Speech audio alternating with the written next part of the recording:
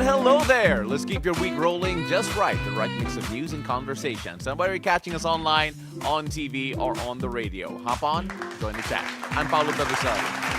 Hello there, beautiful people. I'm Asis-Carilo. We are simulcast on Belle 94.7 BFM. Here's your daily dose of deep dives and good vibes. Welcome to Beautiful Day! And it is a rainy day, courtesy of, unfortunately, yung kapangalan ko, si Paolo. Hello? Kasi ni Paolo eh. Who would have thought, right? Who would have thought? Of course, we're going to get updates on that later. A lot of people don't have pasok for some people. And then some people have, basically trying to avoid the roads altogether. Yes. So, yeah, I mean, to everyone out there. Are we feeling the brunt of it already or not yet? Well, Parating pa lang. We're going to find out later, right? Okay. So Weather HQ. But then, no, it's right here in the country, already in our landmass. Okay. So we're going to talk a bit about yung effects niya. It is going to be a relatively long weather report later on, just looking at the entire country and of course where everyone's affected. At syempre naman, kapag ulan yung pinag-uusapan, we are now, I feel like a heightened level of alert, especially with what's happening over in Senate and Congress. But you know what? Apart from all of that, we have so much news to go through today. I was going to say you're going to report about yourself later. Oh, yeah, for sure.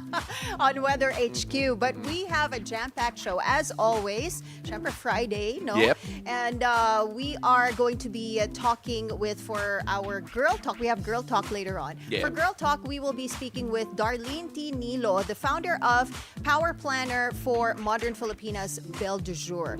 I remember when Belle Jour was still relatively new in the market. I remember guesting them on my radio show, and then they gave away samples, and we had like an X deal. So every time we had radio contests, ang price namin yung Belle Jour planners. And I love their planners because hindi lang siya parang notebook.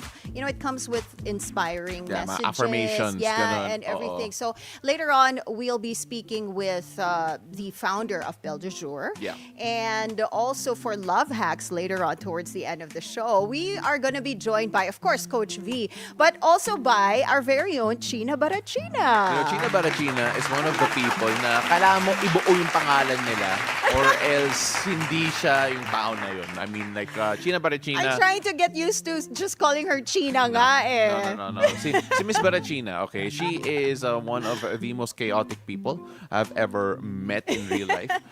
So can't wait to have her on Love Hacks later on to share her own experiences. Diba?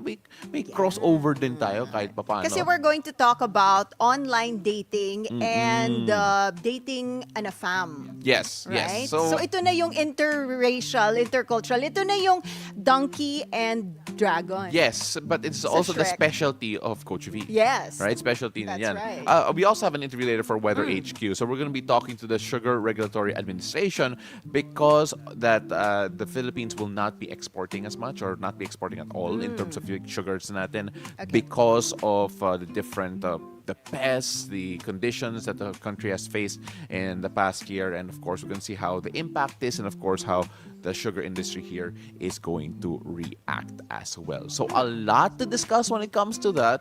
But of course, we mentioned it a while ago, grabe yung news lineup natin.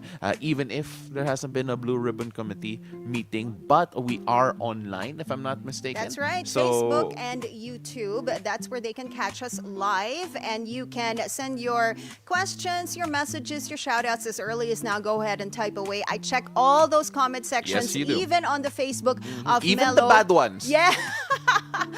All the messages and all your opinions, because sometimes when we talk about the news, they send their opinions, Their there. thoughts, yes, their yes. thoughts and everything. So send them our way. We are also on the Facebook page of Mello 94.7 BFM. So many ways to get in touch with us. Our Facebook is already up and running, so I love it. Yeah, fantastic. And I can't wait because the weekend is coming, right? So, it might be a bit busy for me. I don't know yet if it's going to be busy, to be quite honest. Okay. And hopefully it Are is. you going to be here or are you going to go out of town? I remember you telling me that you're going somewhere. Are you? Am I? I actually don't know. Sana, di ba? I mean, Ganyan ka-busy si Paolo del Rosario, guys. No, I Hindi mean, niya alam kung mag-out of town siya or not. Yeah, but then, I'm not sure, but we gotta move on. Yes. And as all events hosts say these days, All right. All right, Anne, where are we going? Let's check the situation in major roads at this hour, guys. First up, let's take a look at EDSA Orense in Makati, already looking busy at this hour. On the left side of your screens, you're seeing vehicles heading to Pasay City, moderate to heavy traffic already building up on that stretch. Opposite lane, still a good time to drive. Everything green and go. On the right side of your screens, those are the vehicles heading to Shaw Boulevard. Now this time, let's take a look at EDSA White Plains. On the left side of your screens, those are the vehicles heading to Shaw Boulevard. You'll be stepping on your brakes as moderate to heavy traffic is already building up on that lane. Opposite side, right side are for vehicles heading to Cubao. Light traffic on that area. If you are on the road right now and tuned into us via Mellow 94.7 BFM, please drive safe and don't forget to fasten that seatbelt. Now heads up to motorists, the expanded vehicle number coding scheme is in full swing. It's a Friday, so vehicles with license plates ending in 9 and 0 should be off the road right about now until 10 a.m. and again later from 5 p.m. to 8 p.m.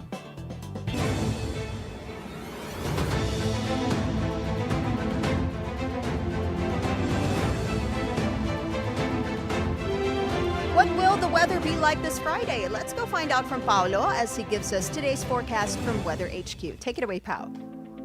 Thank you so much, Anne. Let's take a look at the local weather where severe tropical storm Paolo continues to intensify as it moves closer to northern Aurora and southern Isabela. Now, as of 5 a.m., the center of Paolo was estimated 150 kilometers east of Casiguran in Aurora.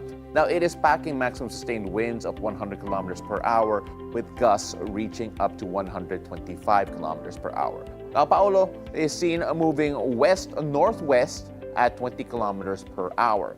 Now, on its current track, as we take a look at that, Paolo may make landfall over northern Aurora or southern Isabela this morning or at around noon. Now, a further southward shift remains possible. Now, this depends, though, on the high-pressure area north of the system. Now, after crossing northern Luzon, it is expected to emerge over the West Philippine Sea by late afternoon or in the evening before exiting the Philippine Air Responsibility by tomorrow morning, October 4. Now, further strengthening into a typhoon is still possible. Now, this is possible once it reaches the West Philippine Sea. Now, Pag-asa warns that even in areas outside the forecast landfall point and the confidence cone may still experience heavy rain, strong winds, and storm surges. Now, Pag-asa has hoisted tropical cyclone wind signal number 3, meaning destructive winds may be felt within 18 hours in the areas of northern portion of Aurora,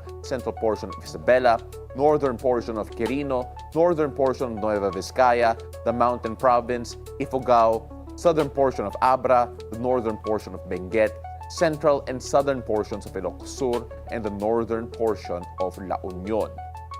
Signal number 2 is raised in areas where strong winds are expected within the next 24 hours. Now, these include the central and southern portions of mainland Cagayan, the rest of Isabela, rest of Quirino, rest of Nueva Vizcaya, central portion of Aurora, northern portion of Nueva Ecija, central and southern portions of Apayao. Signal number 2 is also raised in Kalinga, the rest of Abra, rest of Benguet, central and southern portions of Ilocos Norte, rest of Ilocos Sur, rest of La Union, and the northern portion of Pangasinan. Meanwhile, signal number 1 is up over the rest of mainland Cagayan, including the Babuyan Islands, the rest of Aurora, northern Quezon, including the Polillo Islands, Camarines Norte, northern portion of Camarines Sur, Catanduanes, the rest of Apayao, and Ilocos Norte. Rest of Pangasinan, rest of Nueva Ecija, northern portion of Bulacan, Tarlac, northeastern portion of Pampanga, and northern Zambales. Now, areas under signal number 1 may experience winds of up to 39 to 61 kilometers per hour within the next 36 hours. Now, this goes along with the occasional rain showers and possible light damage, so do watch out for that. Now, Pag-asa also warns of possible storm surges, particularly over in Cagayan, Isabela, and northern Aurora. Now, these surges may reach 2 to 3 meters within the next 24 hours, so it is dangerous for those in low-lying and exposed communities. If you are in those areas, do take the necessary precaution. However, we also have to take a look at other areas with surges of 1 to 2 meters, and these are expected over the rest of Aurora, Ilocos Norte, Ilocos Sur, La Union, Pangasinan, Quezon, and Zambales.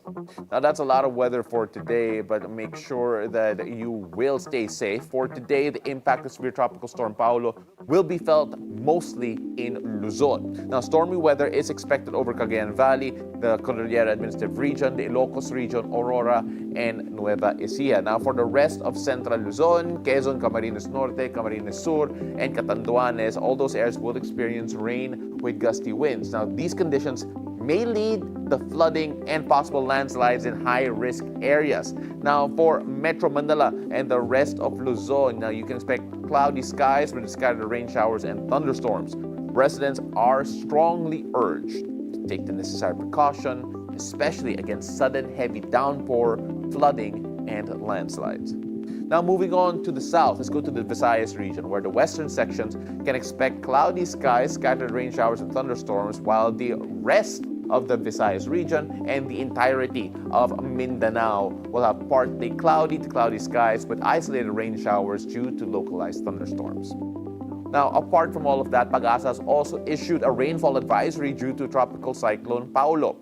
Heavy to intense rainfall is expected over several parts of Luzon, particularly in Isabela, Quirino, and Aurora. These areas are likely to receive more than 200 millimeters of rainfall today. Heavy rains ranging from 100 to 200 millimeters are expected in Cagayan, Apayao, Abra, Kalinga, Mountain Province, and Ifugao.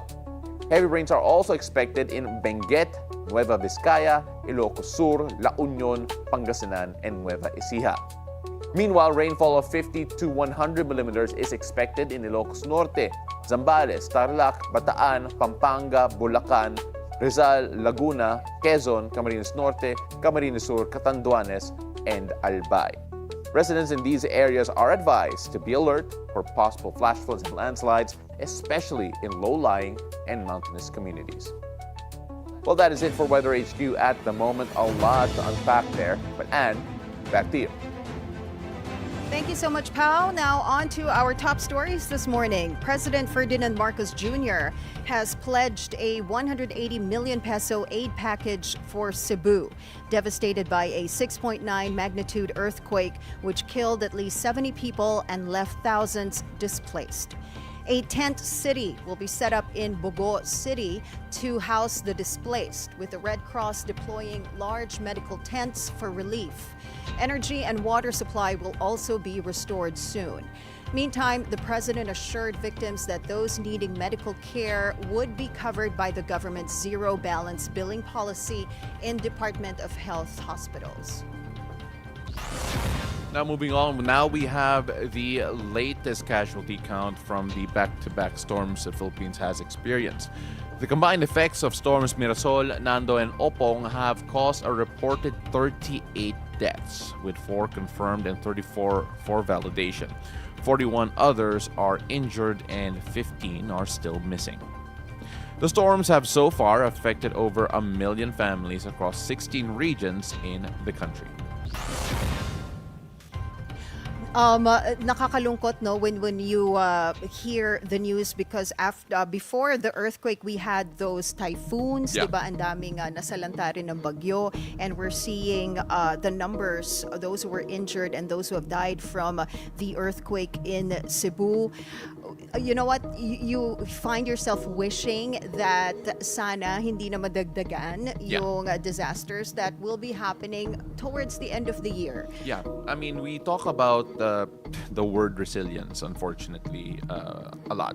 Yes. And it has become, that day it felt like a positive description. And now it feels that,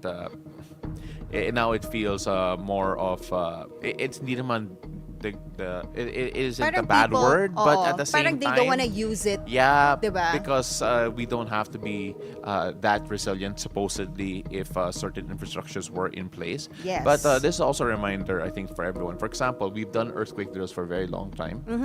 Structural integrity has always been in question for certain buildings. Yes. This is happening in Bogo, and of course, right now, I'm sure a lot of people are now looking to use structures that they are in general. Yeah, And hopefully, yeah. we can avoid Mm-hmm. things like this moving forward in the future. But then I we talk about remember the we response talked as well. about Yeah. this topic before, right? Yes. About earthquakes and structural integrity. Yep. And I remember us having like an architect on the show Yes, when the we architect Paolo Fox. Yeah. Yes. And apart from that, also when we had Weather HQ segments before, we also talked about Hazard Hunter. When we talk about flooding, when we talk about the reaction to storms and Yeah. floods in certain areas, we even had conversations before talking about Project NOAA. There are so many tools that we could use to hopefully put down these numbers in the future. At sana naman it happens every year when we talk about the storms. Yeah. Paminsan-minsan yung mga lindol.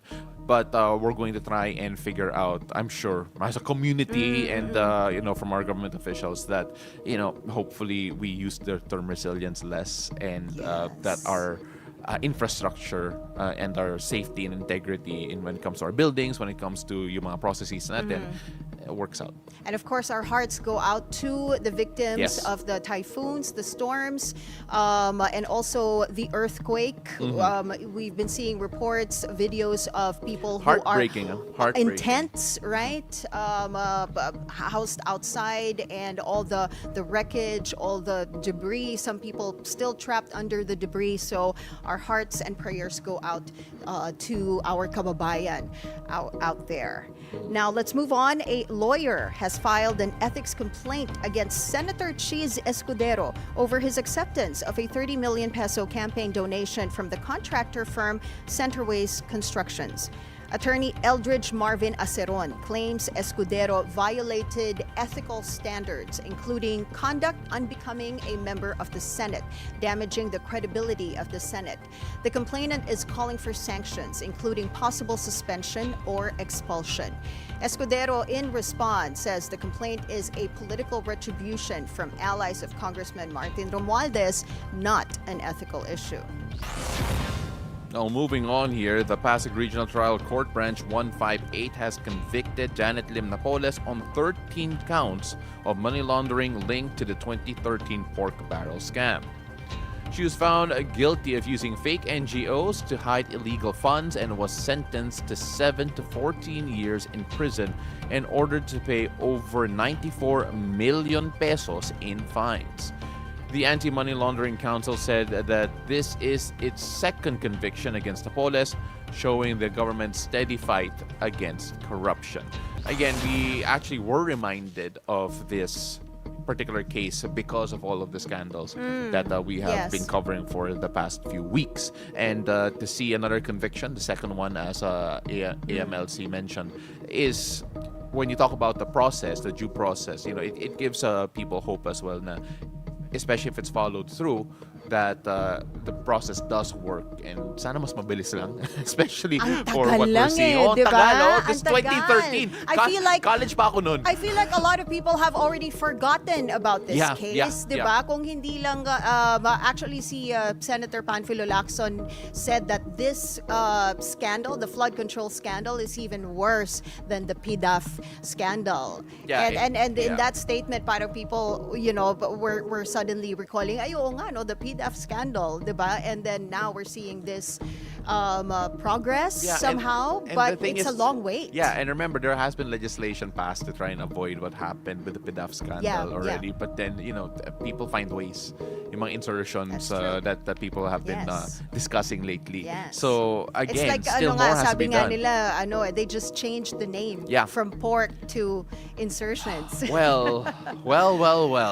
Speaking of which, my article somewhat touches on that matter. 24 classrooms for around 3,000 high school students. That is the situation at Muzon High School in San Jose del Monte, Bulacan. Students and parents say the classrooms are tightly packed and uncomfortably hot due to intermittent power outages from lack of maintenance. The school's principal says they are doing their best to provide the children a quality education, but are saddened by the hardship they go through despite local officials sitting on billions of pesos. The Kabataan Party list is also worried about the situation. They said flood control isn't the only problem here. There could be ghost classrooms as well. Mga reasons na binibigay sa atin, no, because DPWH ang may hawak ng paggawa ng classrooms, tas inuuna ng DPWH yung ibang infrastructure projects. Yung nakuha nating sagot from Secretary Angara of the Department of Education ay dahil inuuna daw nila yung mga bridges and roads, na de-prioritize yung classrooms. Pero we know the truth. Ang pinaprioritize nila ay flood control projects, kung saan malaki ang kickback ng lahat ng involved. According to their data, the administration of President Ferdinand Marcos Jr. has the highest classroom shortage at 165,000, up from the Duterte administration's 91,000. The Kabataan Party list says that new classrooms are within the purview of the DPWH and should be investigated for the shortage.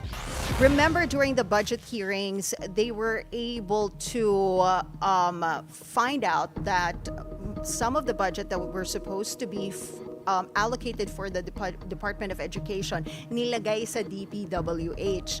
And I guess this is what we're seeing right now.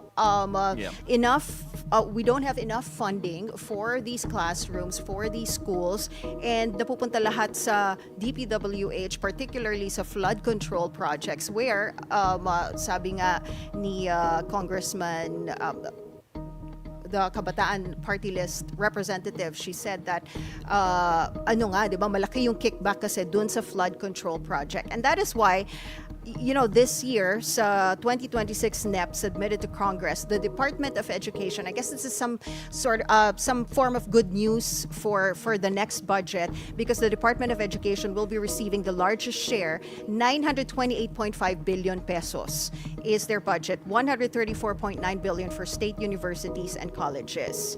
And according to Secretary Angara, this budget will be used to rectify classroom overcrowding, like what we saw in this article in Bulacan, and funding educational reform. So they will be focusing on building 4,900 classrooms, expanding feeding programs, and equipping teachers with laptops and providing schools with internet access. Yeah, again, this is one of the cases that, remember, there have been already flagged substandard projects made by different government agencies when it comes to the amount of classrooms that, one, have been created but are substandard, two, Yes. that are quote-unquote ghost classrooms, like the Kabataan Party list did mention there might be ghost classrooms as well. If you take a look at how the Constitution's actually set up, education should have Yes, the priority should have the when it comes priority. to the budget as Yeah. well. But then, you know, the movements, of course, is a bit discouraging, and of course, there is a distinct lack. You ask any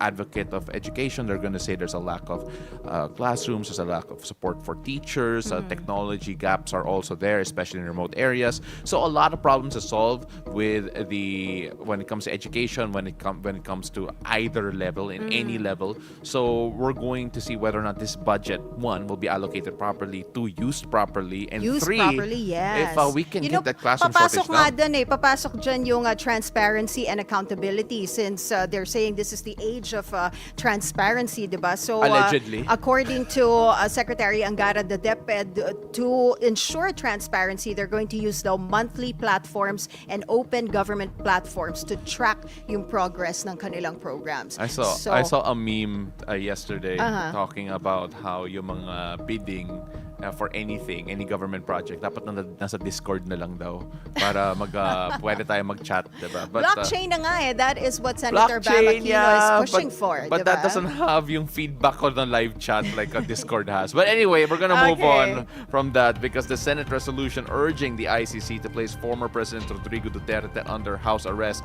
could backfire. Now, this on Bilyonaryo News Channel's On Point, ICC Assistant to Counsel Attorney Cristina Conti says it could prove the argument of the prosecution that Duterte enjoys so much political clout and influence in the Philippines. Thus, keeping him in the country would likely stir trouble. Conti also allays concerns over Duterte's health. I am confident this is a jail that is of the highest humanitarian standards. I even remember a daughter of the president, reporting to their supporters outside that at one time they were, well, interrupted by a custodial officer asking them, or asking her specifically, what her father's favorite music was, so that it could help him ease into the conditions at the jail. Conti also explains why Duterte's family was not informed or notified about his recent supposed health scare. Vice President Sara Duterte earlier claimed she received information that her father was found unconscious on the floor in his room. It's probably because Dutch law clearly puts a premium on medical confidentiality and patient autonomy.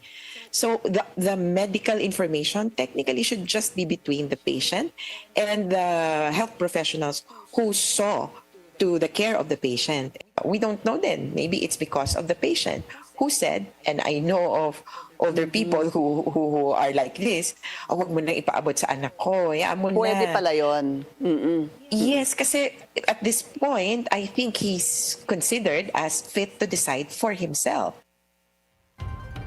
Now, in world news, Pope Leo XIV ruffles some feathers in his latest statement on what it means to be pro-life. This, as the first U.S. Pope answers a reporter's question about the Catholic Church's decision to give an award to a U.S. senator who is pro-abortion. Pope Leo in part said, and I quote, "Someone who says I am against abortion, but I am in agreement with the inhuman treatment of immigrants in the United States, I don't know if that's pro-life." This statement comes as a shock to conservatives, saying it causes confusion regarding sanctity of life and the moral clarity of the Church's teaching. The Trump administration also pushed back against the characterization of inhumane treatment of immigrants. Vatican officials say the Pope is unlikely to be deterred by criticism. Now moving on to sports. Now here in the region actually, Ferrari's Charles Leclerc says fans should not expect any miracles at this weekend's Singapore Grand Prix. Now with 7 races left and Ferrari far behind the leaders, he rates their chances of winning this season as negligible. Leclerc says that they're fighting for second place against Mercedes and Red Bull, but it's unlikely he or his teammate Lewis Hamilton will win a first place finish. Now he hopes for a small chance in Vegas, but says opportunities to win are very limited.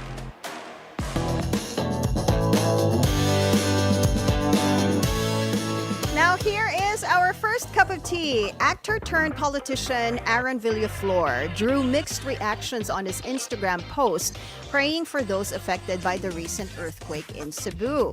In the Tarlac board members' now deleted IG post was an art card with a sincere message of prayer. But netizens questioned if he really needed to put his name and picture over it, with some comments saying he's going for main character vibes, and others accusing him of being a trapo or traditional politician. Supporters, however, say his intention was clear. The internet is just being harsh. So what's your take on this? We should have like a hot takes button. Can we play our hot takes May button? take ka? May hot take ka? Okay, go. Hot takes button. May time po ba tayo for hot takes? All right, Ayan. here we Okay, go. here we It's go. coming up. It's coming up. Wow. This is Anne's hot take. My take here is if you want to help, if you want to send prayers or tumulong sa kapwa, maybe not so much of the big face and the big name and tag your name on it, diba? We're seeing some politicians, mamimigay sila ng, I don't know, maybe like relief goods. And then you'll see their names and their faces even printed on the bags of goods that are being spread about in barangays and wherever, diba? So, I don't know. Kung gusto mong tumulong, I think it looks even more sincere if you don't really put your name there. I think what you're trying to say in so many words is that disasters and tragedies are not opportunities to campaign. Yes, exactly. I mean, like I get what you're saying. I'm in agree. I don't think it's a hot take because I think a lot of people agree with you I think a lot of But people are some with you. kasi in the article, some Oo. supporters of course, of kasi this may person, supporters. sinasabi niya, the internet is just being harsh. The internet can be harsh. The internet is harsh. Ano ka ba? Yes. My gosh. It is harsh, di ba? I mean, cancel culture is real. Yes. But, look, if I mean, you like, want to help, huwag mo nalagay masyadong Tsaka ang laki kasi nung picture I think it's a bit, I think it's insensitive, but I also don't know okay, I have a question kasi. Then this is for Sir Aaron. Not that it was made, but I can distinctly remember yung post niya, parang yung post ni Saint Lorenzo Yes, Ruiz. I was gonna say, diba parang yan yun? Saint Lorenzo Ruiz. Diba yan yung post niya I kapag was gonna say that. Diba? kapag may Parang yung, picture or yes, drawing ni Saint Lorenzo Ruiz. Didn't Saint sakto. Lorenzo Ruiz just have a feast day very recent lang? I don't know, but Yeah, either way. Also, Baka inspired by Saint Lorenzo Ruiz. also, this is also giving, not to be too snobbish, ha? Not to be too snobbish about this. You know the term graphic design is my life, is my passion. Yeah, could be better in general. I mean, like, more effort. Okay, we gotta move on. Okay, moving on from this, another cup of tea for you guys. Netflix is set to premiere a new 3-part documentary series starring former One Direction members Zayn Malik and Louis Tomlinson. The series follows their road trip across America, showing a rare, intimate side of the two as they talk about life, love, loss, and fatherhood. It also addresses the death of their bandmate Liam Payne, who passed away last year in Argentina at the age of 31.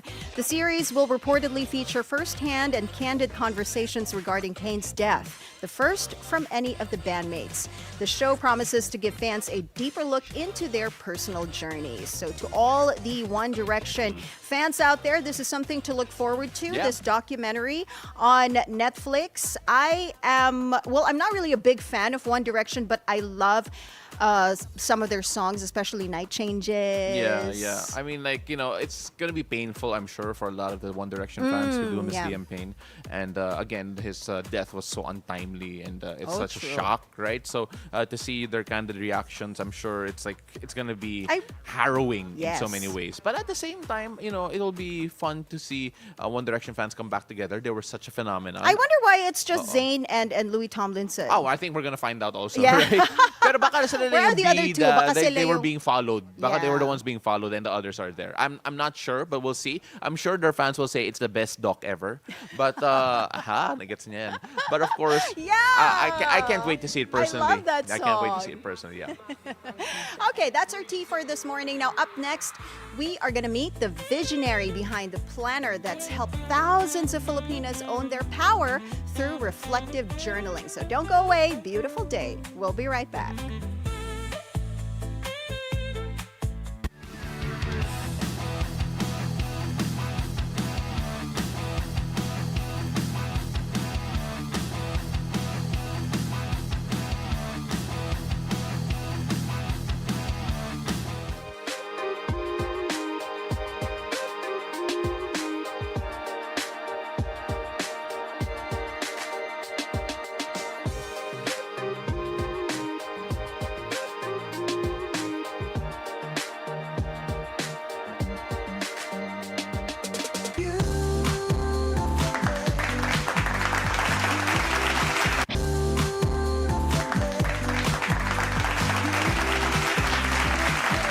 Hi there, welcome back to Beautiful Day. Today we are joined by a woman who turned a simple idea into an empowering force for modern Filipinas. She is the founder of the Belle Jour Power Planner, a beautifully crafted tool that's inspired a community of women to plan with purpose, live with intention, and celebrate their personal journeys. We talked to a true trailblazer in lifestyle branding, Darlyn Ty-Nilo, on Girl Talk.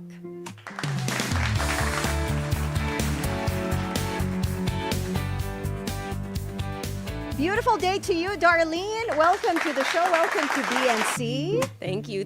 Beautiful day to both of you. Dapat our greeting kay Darlene, bonjour.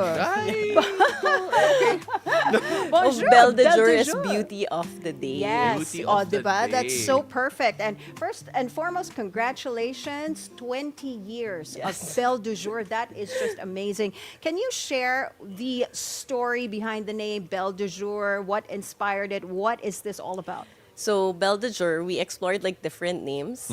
So since it started in the Philippines, alam mo naman natin in the Philippines medyo we have bias over foreign influences. So I wanted something unique. Okay. Tapos when I was like consulting, like one of the people I consulted was actually the EIC of Mary Claire dati, si Mirza Season. Okay. So she's a good friend. So we were consulting Mon Cherie, Belle de Jour, and all of these things. But we went with Belle de Jour because it also has a double meaning. It means beauty of the day, but it also means it girl in French fashion lingo. Yeah. Ooh, okay. So in that sense, like what we want to promote with the BDJ lifestyle is that you live life to the fullest, like a multi-hyphenate na you're doing a lot of things, tapos, but you do it in style.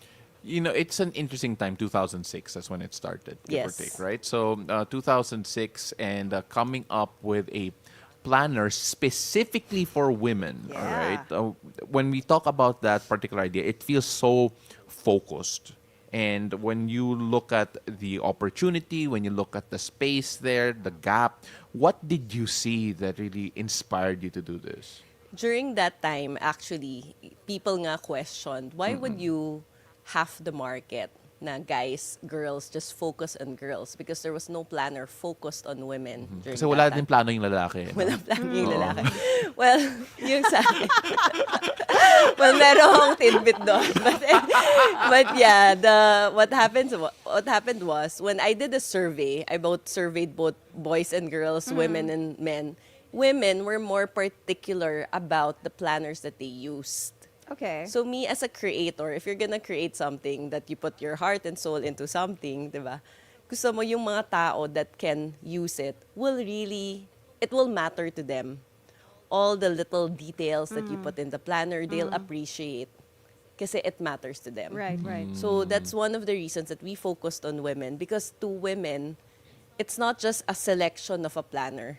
It's a selection of what will be my partner, my witness for the whole year.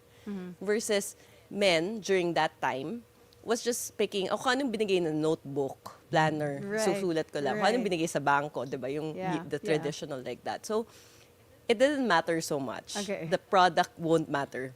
Women, in particular, the habits during that time, I will search which one here like looks beautiful, looks pretty, okay ba yung papel, okay ba yung ganito. So, it made more sense that if I'm gonna put my heart and soul into a product, it would be targeted to whom it will matter the most. Natawa ko dun sa kung anong ibigay ng bangko. Yun na Oo. lang yung gagamitin na notebook. Well, I'm not saying you should not close the door to a line for men. It could be yeah, That's true naman. it could be called boy de jour, diba? But I feel like kasi for women, journaling is like an art and Yeah. a form of therapy, Yes, diba? And it is a form of we therapy. want not just a pretty planner, but also with affirmations, Yes. diba? Something positive, or minsan nga may Bible quotes, diba? Yes. And everything. So you have been running this for 20 years already, and I remember on my radio show many years back. How we many years did- back? I think when you started, 2000, 20 years back. 2006. Yan nila nag-uusapan yung years back. 2006, we featured Belle du Jour on my radio show, and we were given copies of Yes. of Belle du Jour, and I wanted you to talk to us about your first prototype, how it looked like 20 years ago and how it has evolved through the years. Sobrang high school pa ako nun. Sobrang Sorry. tagal. Sorry. Yung mukha ko, because I realized Ewan ko 06. sa'yo. I was second year high school. 2006. I was Yeah. already Wow. on my 6th year on Wave 89.1. Because I started 2000. Oh my gosh. Okay, Ladies, please go, go, go, on. go. Sorry, I didn't mean to bring that up. So my very first prototype is actually the one that I made for myself. Oh, okay, So I yeah. printed black and white in my laser jet printer at home, and I had it bound in UP. Yeah. So as in ganun siya, very old school. Tapos like I showed it off to my friends like, "Oh, I made something." Ganun, ganun. I'm so proud of it. Tapos they said like, "Oh, why don't you make a business out of it?" So it was like that. Then across the years, we've changed so many times, and also created different other products. So we did make a planner for men. We called it Ooh. Navi for travelers. Okay. Okay. So we Okay. also created the product like Everything is Possible, Focus Planner, and many others.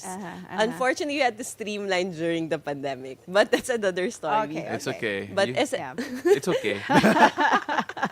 But essentially, each year we would look at how people would plan. So we had explored different layouts kasi nag-change eh. So like right now, we have an undated version of a planner. Oh, okay.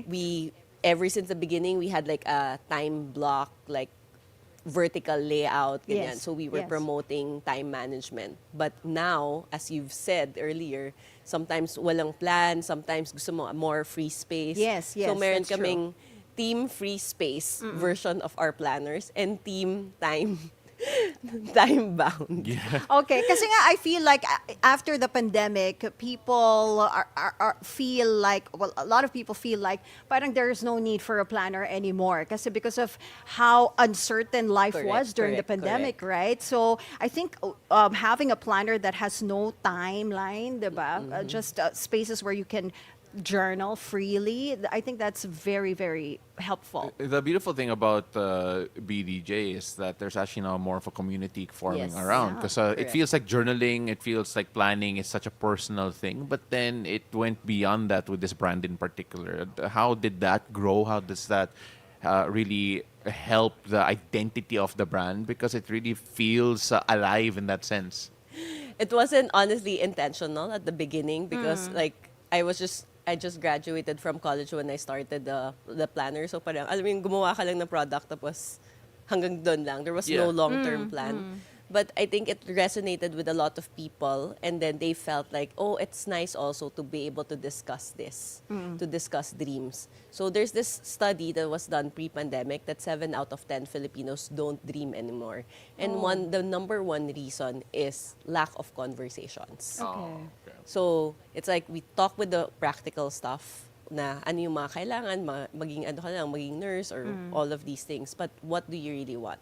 So, it's not just about passion, but it's about tying passion and earning money both together. So, I think those kinds of conversations is the one that we want to bring forward in the community again and again to remind people to dare to dream. You know what? You got me right there when you said people don't dream anymore. I remember we had this guest, Paolo. We talked about young women, children, and then sabi niya one observation she noticed was that yung mga kabataan parang they don't dream anymore. So do you feel like journaling somehow helps? Journaling definitely helps, and planning. So earlier you mentioned during the pandemic, people didn't know how to plan. So people didn't use a planner, not because they didn't want to use a planner, but it's because they didn't know how to plan amidst uncertainty. Yeah, yeah. So I actually, feel like people didn't feel the need to plan. yes. Okay. But that actually also contributed to a lot of anxiety and mental health because Right. we were not made to just live in too much uncertainty. So, kaya very important na when you plan, kasi it's about hope as well. Yeah. That you believe that there's a future and you believe that you can do something about that future. You know, when I look at the work, when I look at the community, when I look at everything that you've done here so far, it feels like, one, you mentioned a while ago, parang you didn't expect it to grow Yes. this much, and yet it has. And when we look at the impact that it has had, considering that 20 years after you started, kalaban mo ngayon, cellphone. Cellphone. Yung mga Yes. note app, Technology. Yes. mga calendar. And here, this is very analog. It's very, it's so experiential in a way also. How do you keep in pace with all of that? Well, ever since the beginning, we talked to that our target market actually uses technology and planners at the same time. Okay. So like whenever, even when I do workshops, I use it side by side with the phone. Meaning when you do your scheduling, it's a planner and a phone. Because the calendar, the digital calendar. So I have my whole calendar in my digital softwares. So essentially, you do it side by side because it's a getting things done system. So it's a way to decompress, to break things, to release things from your head, to decompress, but at the same time, make it a bit more tangible and block time in it in your digital calendar. Do you use your own planner? Yes, definitely. Like No, every hindi. single day? So when you write your plans, was there a goal that you haven't checked off? There will always Let's be talk about goals let's talk that you about don't check yeah, off. let's talk about this year. How many goals have you already checked off? Meron akong mga like aspiration na I didn't get in. Like or I Okay. applied for something and then I didn't get in. So Okay. I'm a bit sad about it. But of course, like it makes you evaluate, do you really want it? And I think maybe if it's a not now, but I still want to go after it for next Do you year. read your old journals? Like Yes. from the very beginning? Yes. Kasi like when you look at your past, especially when you write it by hand, iba yung energy. Yeah. Yeah, I yeah. agree. There's that's a true. different energy. That's true. Yeah. When you started out, I'm assuming that you were not yet a mom. Yes. And now you have two little girls. Yes. And I'm sure they have changed your world and your approach when it comes to this business. And in fact, even the messaging, I'm sure. How has that impacted? How does being a mom impact something that you work on so passionately that involves connection, that Yes. involves relationships, and being very personal? You have to more or less strengthen talaga. Like for me, parang they strengthened my resolve to be able to live life to the fullest. With women, it's always there's a bias. You have to choose family versus career or business, or you can't have it all. Yeah. So Would you let them read your old journals? they can read it if they can understand my writing. But we do Okay. have some sessions wherein we do Okay. family journaling. Oh, that's nice. So yeah. we have this rock that was given to us actually by Tutsi Angara. Okay. So it has like values in it, like love, Yeah. joy. So we pick a rock and then you sort of explain why this rock picked you. Okay. And then you write about it. So it's a way for us, since my girls are 7 and 9 years old, it's a good way for them to practice writing. Yeah. Kasi hindi na masyado they nagsusulat don't yung mga write. bata. Nalala ko yung mga script workbook natin, no? Wala Wala na. na yan. So, that's our writing. So, we did that. So, parang at the same time, it's gratitude. It's a good family bonding experience. But nawala na yung image of little girls and their diaries. Di ba? Nung kabataan ko Yung kasi Dear parang, Diary. yeah, the Dear Dear- Diary. Dear- Do you remember that commercial? Yes. Baka hindi alam Hindi ni niya alam. Paolo. I know it. I know The it. Dear Diary? Oo, Carlo. Sat beside sat me beside today. me today. Oh, paalam, Carl. Oh. My gosh. All right, I'm not that young. But when you release every year, may theme yan, right? Like May every theme, year? yeah. Okay. But this year, what's the theme all about? It's really more about Big Dreams Journey. Kasi that's what we are introducing this 20th edition. From Belle de Jour, it's going to be Big Dreams Journey. Dreams Because Journey, we want to okay. emphasize that we want to inspire Filipinos, Filipinas to dream bigger. Kasi the lack of ambition in what I shared earlier, I think it's a challenge, and it also sort of explains why we're in this mess. Kasi parang meron ng feeling of resignation, hopelessness with Right. what's happening in the country, what's gonna happen in my life. But it won't change unless something inside us change. No, I want something better. I don't deserve this. So- I want something better. I'm going to stand up really quickly just so I can pick that journal up. You see, and you should have Go talked ahead. while I was standing up to get this. But so Pinanood we're kita eh. showing it right now. So you say Big Dreams Journey. Yes. For those who will pick one up, what will they have that's different from my regular planner?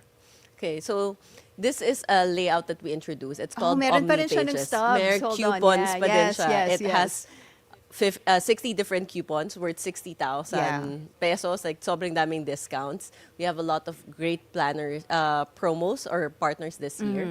So in the planner, of course, we have all the inspirational stuff. So you see the dream, life, vision, all of these. This is the undated version. Kaya you see the blank. What am I grateful for? You have a lot of prompts. And on the monthly, there's special pages also there in terms of how do you work out creating your big dreams support system. So throughout the year, there are many reminders essentially to how do you create the life that you want. Kasi it needs to be intentionally designed. Hindi siya yung you wake up one day and then you're living your dream life. Yes, yes, So you need to design it day by day. So the planner has the planner portion. You also have the coupon booklet, but you also have a notebook. A notebook, okay. Yeah, which is what we say, you journal with intention, so you get clarity, self-clarity. So right now, because of all the social medias, grabe yung mga, ano natin, stimuli, diba? Yes, We need especially to- now with so many things especially going now. on, right? Yeah. We need to be able to decompress. I like that. You design your dreams. You create your own dreams. You create your own journey. Do you have also events, workshops for your Bellas? Yes, we do.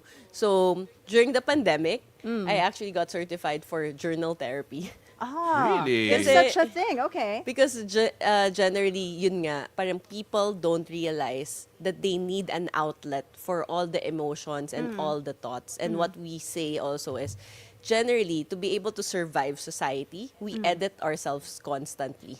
Okay. So, in other words, you don't actually have a safe space. So, how do you create a safe space? Are your friends safe space enough? Maybe, maybe not. Family? Maybe, maybe not. There will always be judgments. So, how do you create that space wherein unedited ka? Yeah. Okay. You So, know, that's the journal. I love the activities. I love what you're going through in terms of trying to help people and encouraging them to do journaling. And of course, going back to physical copies and, holding something. Ang bango ng papel. When people see this, I'm sure they want at least an idea of how to get them. How can they get your products? How can they look at it? And of course, where can they find this community that you have as well? So they can check us out. We're in the social media, all the social media at I Love BDJ. So you can check out the handles. And then in Facebook, we're also, the group that we're supporting right now is called Big Dreams Journey. Okay. So with Big Dreams Journey, we actually just finished an 8-day Dream Empowerment Challenge. It's for free. It's essentially to spark Yeah. people in terms of dreaming again, and then Yeah. how do you translate it to small steps? Yeah. Guys, let's support it also. Mga lalaki out there. Us Yeah, guys. actually, pwede for na- us, this is boy de jour. Okay. Look at the notebooks. Yes, Pwede, these diba? are the Dream Empowerment There. journals. So for people who don't know how to journal, na I need more guidance, this is actually the journals for Perfect. them. Yeah. Yes, and you can insert it in the planner. Oh, So there's a perfect. garter Right, there, right. Yeah, so yeah, yeah. you can have a whole set. So like this one, have you met all of you yet? Oh, that's fantastic. Oh, that's Alam mo, nice, yeah. Darlene, I wish we had more time because honestly, it's such a great message. And but then unfortunately, we're running out of that. But we have a great last question to wrap things That's up. right. Our show is called Beautiful Day. So, Yes. Darlene, what makes your day beautiful? Spending time with my family. Fantastic. Of course. And that is always beautiful. Thank you so much for joining us today. Darlyn Ty-Nilo, founder of the Belle de Jour Power Planner. Thank you so much. Can I just say, my very first Belle de Jour was the black hardbound with the girl watercolor painting on the front. Yes, there you go. That was my very first. Was that the very first design? Halos every year, meron kami na girl in front. yeah. But the Black- very black first hardbound. one, Kasi I was looking at this, parang iba na I yung think it's second or itsura. third, yeah. Okay. Kasi we had to change or adjust also to to modern times. All right. Thank you so much, Darlene. The Sugar Regulatory Board, Regulatory Administration rather, has ruled out exports this crop year to prioritize local needs as heavy rains and pest infestations threaten harvest. Now, what does this mean for supply and prices? We'll ask SRA Administrator Pablo Luis Ascona later on in the show. Plus, our horoscope of the day with Master Hans Kua. Beautiful day. We'll be right back.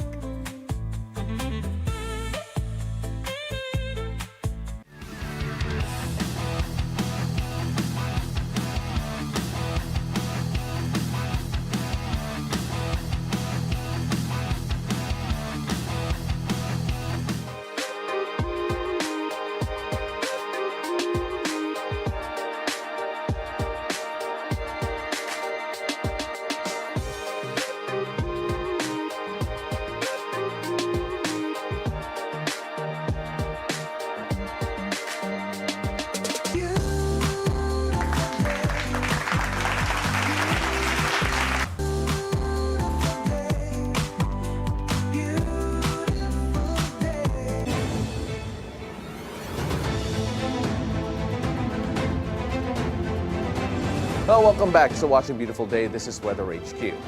Now, the country is bracing for a tighter sugar supply this crop year. The Sugar Regulatory Administration has ruled out exports to prioritize local needs, citing lower production due to weather disruptions and pest infestation in Negros. Now, to help us understand more, we are joined via Zoom by SRA Administrator Pablo Luis Ascona. Magandang umaga, Administrator. Thank you so much for joining us here. Yes, good morning po, sir. Sir Pablo, let's start off first with the reason why we are going to decline exporting at the moment, itong sugar production natin.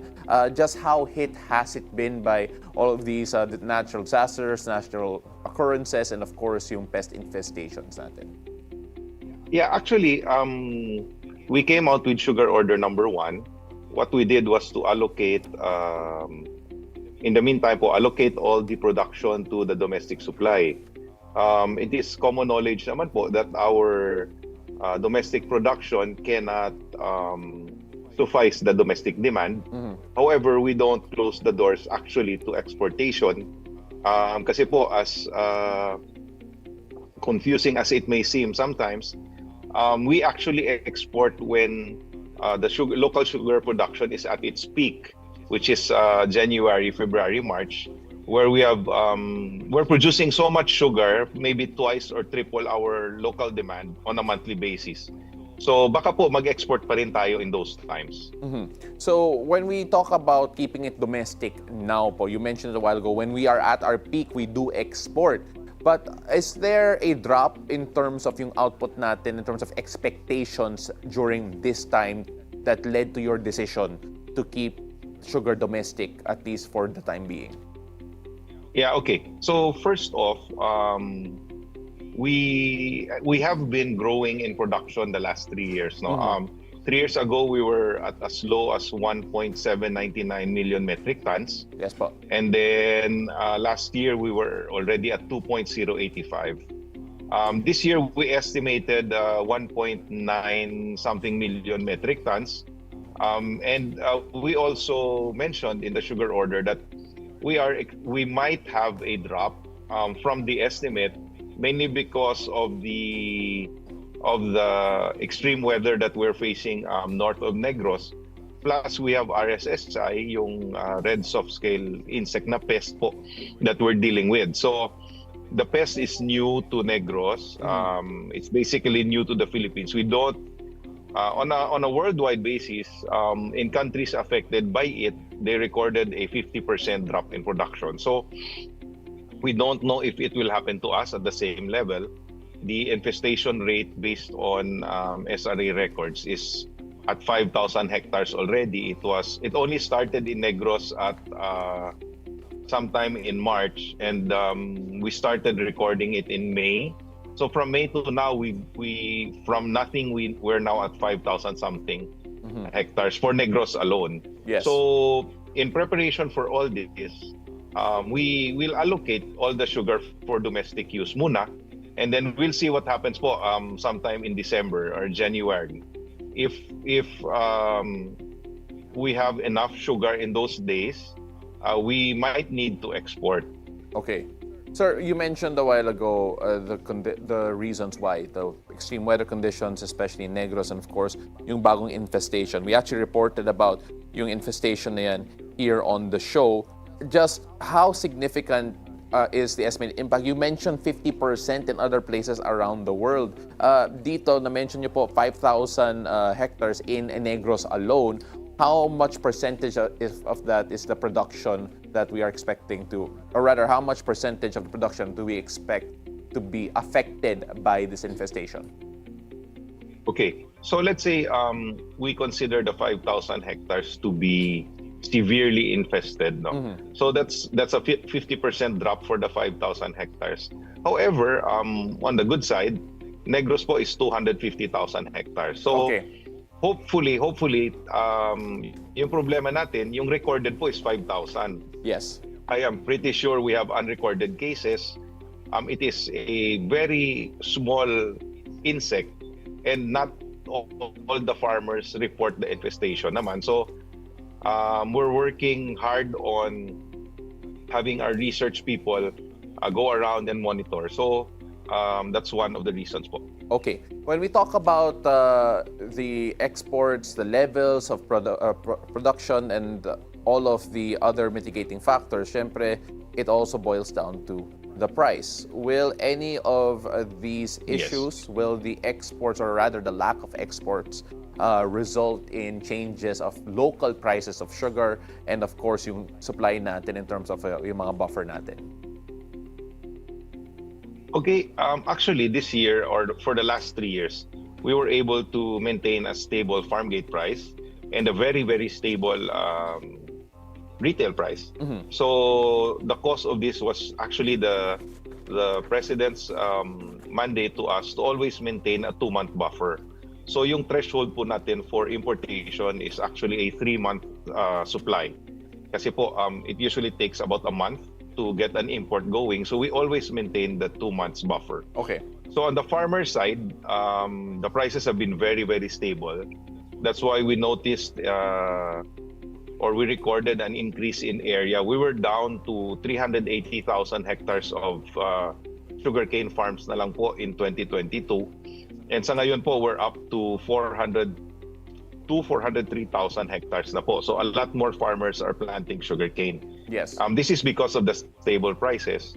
And then sa retail side naman po, we were on a high of 136 pesos per kilo in 2022.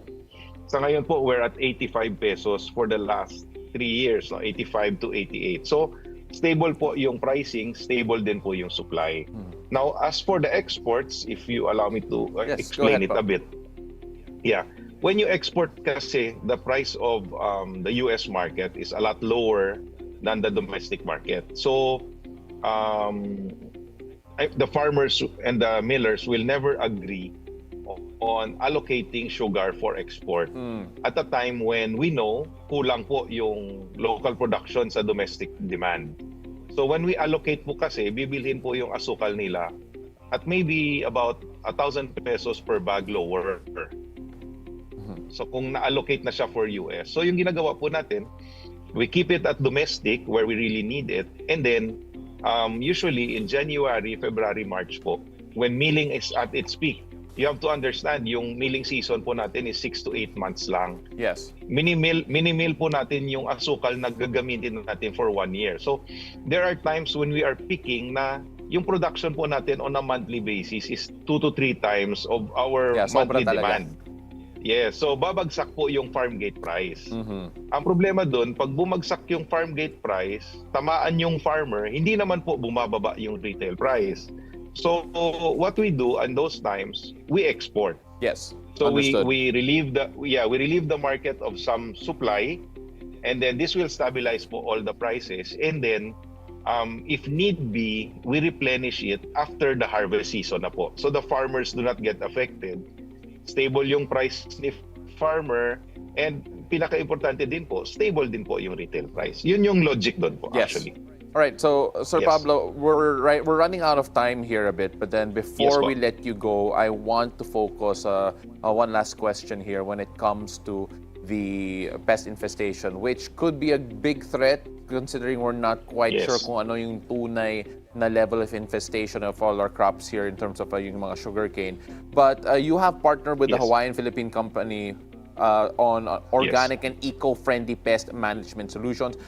Is this the Yes best po. approach and the most safe approach para sa mga crops po natin, considering that some people are worried about yung mga chemical pest control that could affect the health of yung consumers?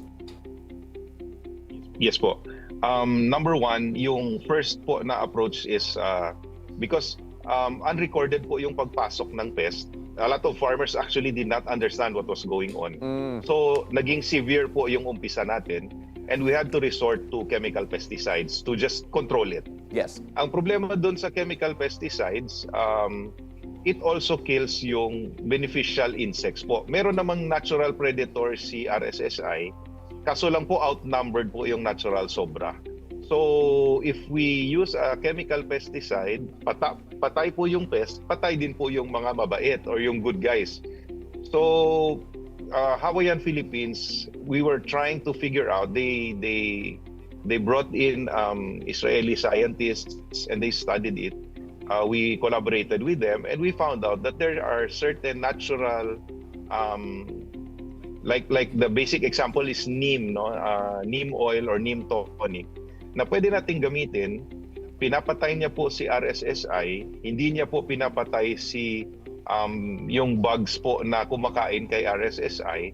And if we continue to use it, we create an equilibrium po. Meron silang ecosystem na sila na lang po yung nagko-control ng population ng pest. So yun po yung ultimate goal natin. And then si SRA po, we found a fungus in Capiz that's endemic po sa sugarcane natin na kumakain din sa RSSI. So Yeah. we're breeding that and yun din po yung gagamitin natin. Ayaw natin ng chemicals po kasi who knows, no? Who knows na baka po ma-affect yung sugar natin. Yes. So ayaw natin nun. So we will actually learn to live with this pest na lang po. Parang imposible naman sabihin na just like any pest na totally eliminate po natin, but we have to learn to live with it po na hindi apektado yung production natin. Understood po. Thank you so much for your time. We wish we had more. Obviously, we could go on and on talking about this, but we really appreciate all the clarity that you've given here today. He is SRA Administrator Pablo Luis Ascona. Magandang umaga po, and thank you so much for joining us here. Magandang umaga din po and mabuhay po kayo, sir. Well, that is it for Weather HQ at the moment, and back to you. Thank you, Pao. Now it's time for us to find out what the stars have in store for us today. Let's go hear it from our resident energizer and feng shui master, Hans Kua, in our horoscope of the day. Take it away, Master Hans.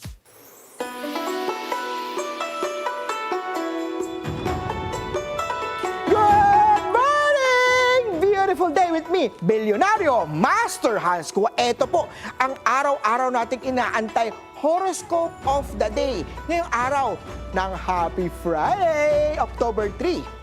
Simulan natin sa mga pinanganak ng Year of the Rat. Iwasan ang malamig na tubig kung may ubo ka na. Green at 3. Kay Ox naman tayo, pwede kang makatanggap ng maliit pero consistent na kita mula sa hobby mo. Red at 5. O kay Tiger naman, magandang araw para mag-follow up na ng mga pending na mga proposal. White at 6. Rabbit naman tayo, iwasan ng oily mantika na mga pagkain, baka sumakit ang tiyan. Blue at 1. Kay Dragon naman tayo, kung nararamdaman mong nagiging malamig siya, huwag mo munang i-confront. Observe mo na tayo, ha? Good at 7. Kay Year of the Snake naman tayo, posibleng tawagan ka ng dating employer o kliyente. Kaya naman, maging handa dyan. Yellow at 9. Ito naman, kay of the Horsey, pwede mo nang taasan ang presyo ng produkto mo basta tama ang quality. White at 2. Kay Year of the Ship naman tayo, mag-exercise tayo ha, kahit 10 minutes lang makakatulong yan sa focus at energy natin. Importante yan. Punta naman tayo kay Year of the Monkey. May maliit na kita. Bigla ang papasok yan, mamayang gabi. Green at 4. Kay Rooster naman tayo, mainam na araw para mag-training o ng skills upgrade. Red at 6. Kay Year of the Dog naman tayo, ang inaakala mong kaibigan lang ay maaaring nagkakagustuhan sa'yo. Subukan, pakinggan ang vibes nito. White at 5. At kay of the Pig naman tayo, may potential ka na magkaroon ng komisyon o tip ngayong araw. Yellow at 7. Paalala lang ha, ito po'y patnubay lamang. Ang tunay na swerte kasi ay nagsisimula sa pagiging totoo. Abangan araw-araw ang horoscope of the day dito lang po sa Beautiful Day with me, Master Hans Kua. Thank you as always, Master Hans Kua. We're saying hello to people joining us on Facebook and on YouTube. Ang funny nung message ni Chiquito, sabi niya, I don't trust lady drivers. Where did that come from, Chiquito? Bakit? I'm trying to recall if we talked about No, drivers, we did not. cars. We did not. There, out of the blue, apart from counting down the days till Christmas, thank you for doing that every day, Chiquito. Sabi niya, I don't trust lady drivers. Okay, sometimes I don't too. You're one. I know, but magaling ako mag-parallel park. Wow! Later. But thank you so much for joining us again. Facebook and YouTube, our comment section is still open. So if you want to throw questions our way for love hacks, because up next, a special guest. So sobrang Six- na-excite ako kanina, by the way. I walked into the shot. Oo nga hinarangan Kasi mo ko nakita ko yung guest natin, sabi ko, aba, I need to say hi. Ay, wait. I need to say hi. Sasalita pa ako and then you blocked my Okay lang yan, because you know why? Our special Yes, guest. special guest for today seeks love hacks on online and interracial dating. Oh. Let's hear China Barachina's story and Holy dating moly. Coach V's advice after the break. Beautiful day. We'll be right back.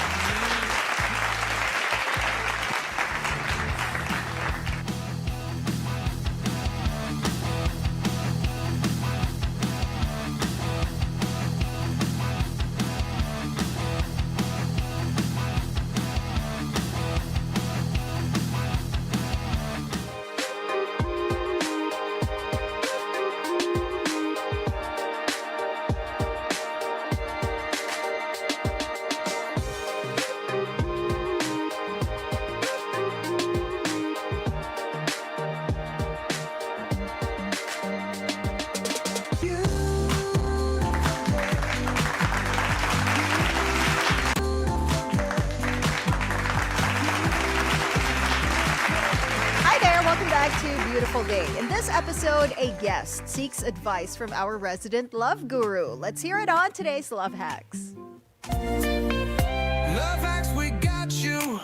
No need to be sad. Follow the money anchor, China Barachina, joins us today. Beautiful day, China. And of course, hello, dating coach V.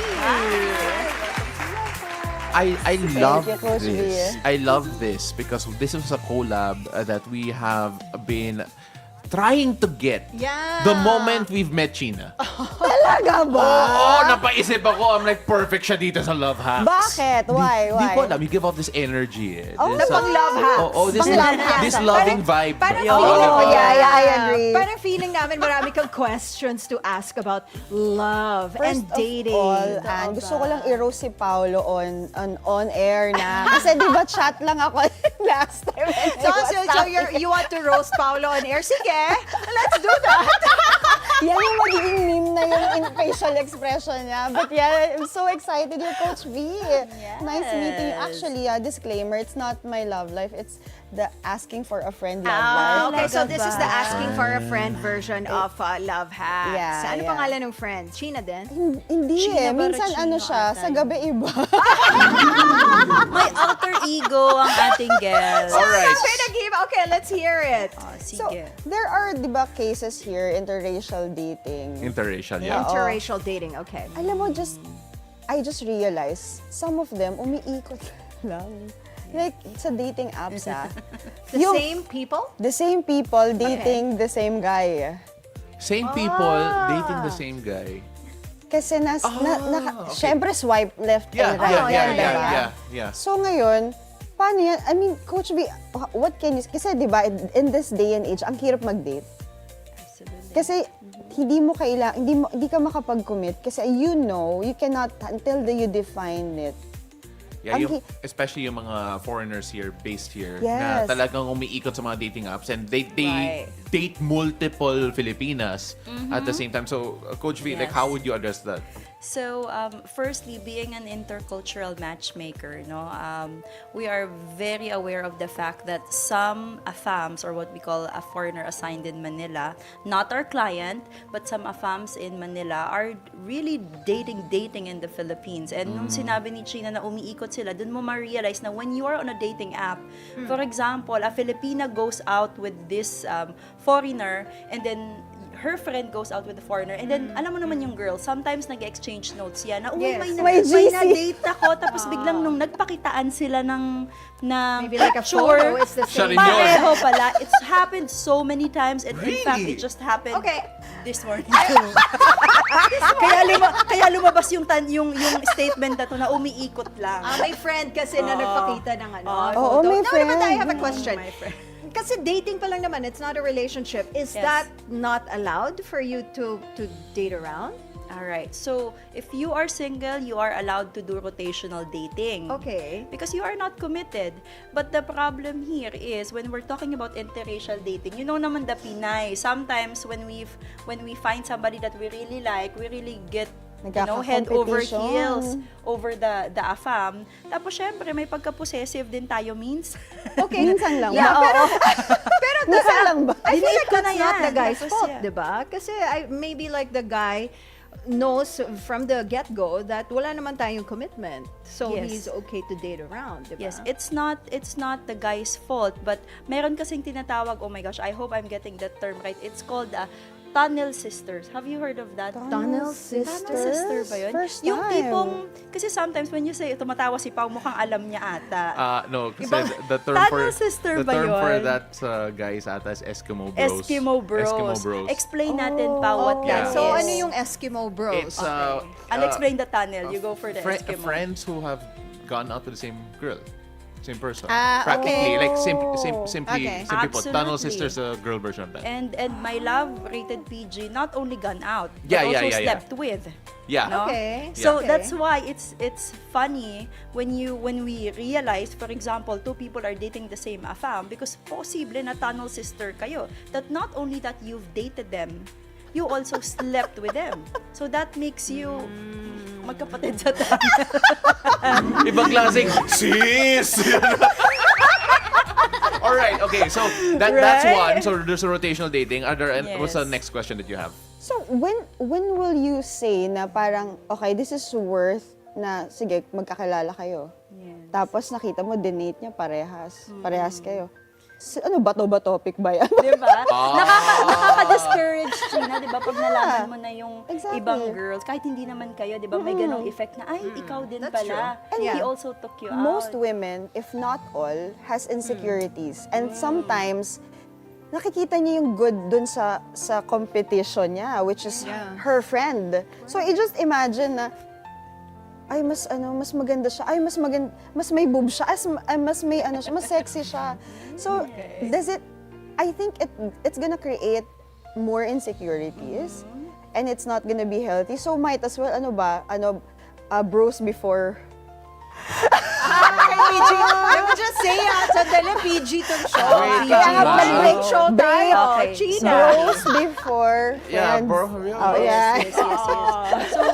So actually, her concern is very Yeah, yeah. legit, Yeah, no? that's- yes, it is. Especially for Filipina women, even if we are not in a relationship with them, there's some sort of tampo na hindi ka pala, you're not that serious to me because you are dating the society of the Philippines. Society The whole talaga. society of the Philippines. Okay. No? So China, one of the things that I would always advise my clients who are dating AFAMs is when you're dating kasi in the Philippines, AFAMs are overwhelmed with attention. No? Yeah. That's why my number one advice, if you are a successful woman, go and date foreigners out of the country. Because there, they haven't not experienced the overwhelming attention of Filipina women. Here, they have so much option and they're very few. Kaya pinag-aagawan. And then, most of the time nga, they will say na they're just looking, they're not, into it. Absolutely. But if you you know, it to make them, ako nakita ko to sa mga friends ko. Sabi nila, ano Wink, daw. Sabi nila, no, I'm not, I'm tired of that. I think I want something real. Tapos makikita mo sa profile for looking for long-term relationship. And then after the first date, and then pag hindi ka pumayag dun sa gusto nilang mangyari, wala na, hindi ka natatawagan next day. Yan daw sabi ng friend ko. Asking for a friend talaga. No, pero I like my question with regard to that, Gina, like how do you like, is it a problem at least for your friends na yung gusto niyo maging long term, syempre yung may getting to know, but then may convincing an afam to make it a long-term thing na kayo talaga. Not to be, yes. Oo. If there's one thing that I've learned, alam mo, ako pa nga yung ayokong So ikaw yung problema. Ako pala yun. Hindi yung problem pala. Pinaghirapan mo pa si Coach B. Hindi naman pala AFAM ang may problema dito. Sana AFAM yung nagreklamo dito kay Gina. Kasi minsan masarap kasing mag-challenge, especially what Coach V mentioned, na parang they are, parang they love the attention. So, dahil sa contrarian ako, even in trading, pag ikaw, puro ka na pinupuri ka na, like, you are very, ang gwapo nito. You do like, the opposite. I do the opposite. So, ngayon, sometimes, they feel pala they're rejected. Coach B, your take on that? Yeah, so my take is, especially for siguro hindi si China, kasi si China ngayon ayaw mag-commit, no? But most Filipinos kasi, when they meet an AFAM, sometimes they wanna commit. But for the AFAMs naman, why would they choose one dish when they have the whole fiesta? Buffet. Diba? Buffet for them. So that's one consideration. That's why you really have to find somebody who is consistent and high in effort. Ibig sabihin, if you're taking so much of his time and you're taking so much of his effort, kailan lang ba yan makakaligaw ng ibang Pilipina? So we have to look at their number of investment Pero since Coach we have a V, finance expert here. ano ba ang mga signs that this guy is dating around? Do you have like types of questions that you can ask subtly na hindi niya na-feel na, tinitignan nito kung nagde-date around ako? So number one, show his photo to all of your friends. Just to be sure. That's number one. Barkado na. Markado na. Yes. So parang ka na, may bakod. Oo. Parang Correct, bakod na correct, din. correct. And with us kasi, we do, ginagamitan pa namin yan ng reverse image search. Tinitingnan namin online kung ano yung mga records nila. Yes. So image search sa Google. Yes, may mas effective na it's called pmis.com. Ayan, reverse image nyo yung mga dinidate nyo kahit hindi nyo pa alam yung pangalan, malalaman nyo yung record online. image. Yes. But if you want to ask him a question to know his sincerity, you basically just have to ask them like, what do you want out of like dating? Are you looking for somebody something serious? You can go Or- straight to them Yes. kasi 'di ba? Because my love, your time is valuable and you don't want to date somebody who's also dating the whole society. It's like an insult to your womanhood. So ask what do you want? You know, ako naman practicality as being hygienic.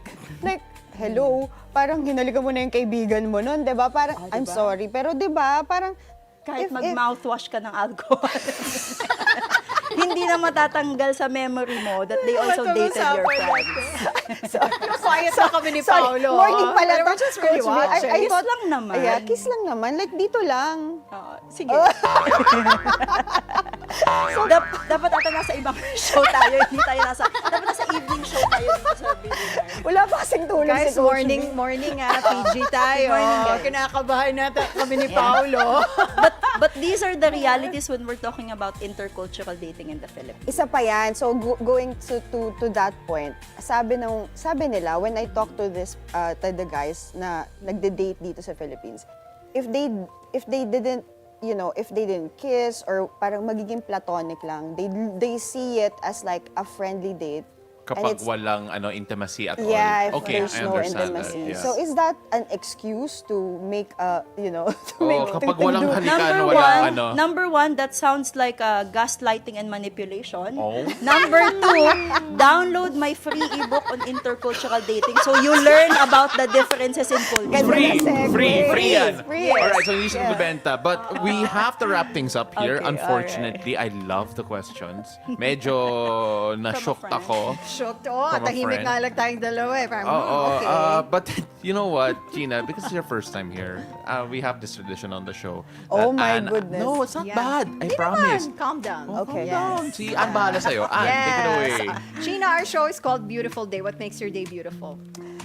Waking up that I'm gonna change the mindset of a person. Like, you know, I have this tagline that I've applied to my previous work. It's better your tomorrow. So it's like waking up every day that you can better whatever it is that you've done yesterday. Wow. I love that. I love that because that's such a great message after talking about Tunnel Sisters. Okay, so You gotta follow Sheena on Follow the Money. follow the money. Yes, 4:30 p.m. weekdays. And of course, Thank we you, have thank only 83 beautiful days before Christmas. There it is. I get to do this. Kasi Yes. wala ko niyan eh. Christmas is coming up, and that is a wrap on our show this Friday, October 3. Thank you so much for joining us. I'm Paolo de Rosario.